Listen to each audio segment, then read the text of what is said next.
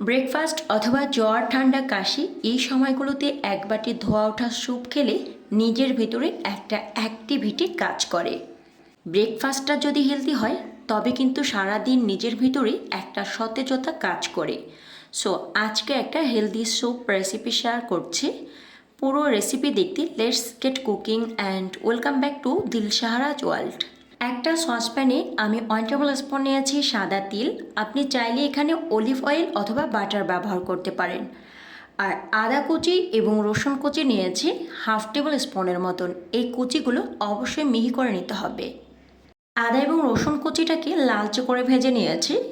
এখন আমি এখানে চিংড়ি মাছ দিয়ে দিচ্ছি। চিংড়ি মাছটা ছোট, আপনি চাইলে এখানে বড় ধরনের চিংড়ি মাছগুলোও কিন্তু ব্যবহার করতে পারেন। এটা যেহেতু ব্রাউন কর্ন স্যুপ তাই এখানে আমি চিংড়ি মাছ দিয়েছি। চিংড়ি মাছের পরিবর্তে আপনি চাইলে এখানে বোনলেস চিকেনটাও ব্যবহার করতে পারেন। একটা সুন্দর ফ্লেভার না আসা পর্যন্ত চিংড়ি মাছগুলোকে ভেজে নিতে হবে। এরপর আমি এখানে প্রায় 4 কাপের মতন দিয়েছি নর্মাল পানি।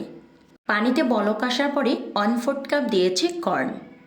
যেহেতু অরিজিনাল ভুট্টা বা কর্ন দিয়ে আজকের স্যুপটা তৈরি করছি তাই এটা সিদ্ধ হতে কিন্তু তুলনামূলক একটু সময় বেশি লাগে।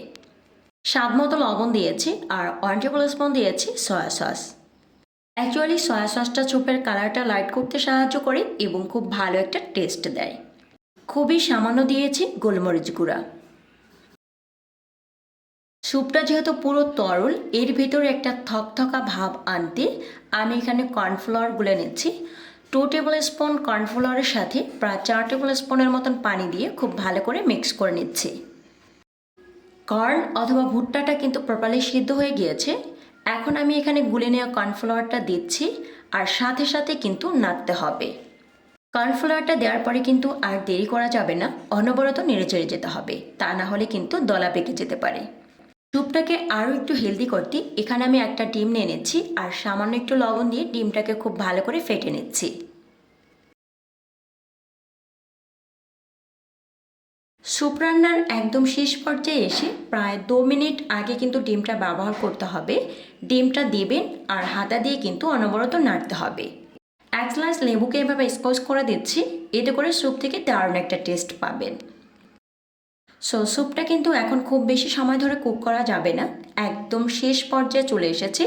খুবই সামান্য দিয়েছি ধনেপাতা কুচি। আপনারা দেখছিলেন দিলশাহারাজ ওয়ার্ল্ড। এরকম সুন্দর সহজ এবং সুস্বাদু রেসিপি পেতে অবশ্যই দিলশাহারাজ ওয়ার্ল্ডের সাথেই থাকবেন। ভিডিওটি ভালো লাগলে একটি লাইক করবেন এবং চ্যানেলটিতে সাবস্ক্রাইব করে পাশে থাকার আমন্ত্রণ করছি। আবারও দেখা হবে নতুন কোনো এপিসোড নিয়ে। ততক্ষণ পর্যন্ত ভালো থাকবেন, সুস্থ থাকবেন। আল্লাহ হাফেজ।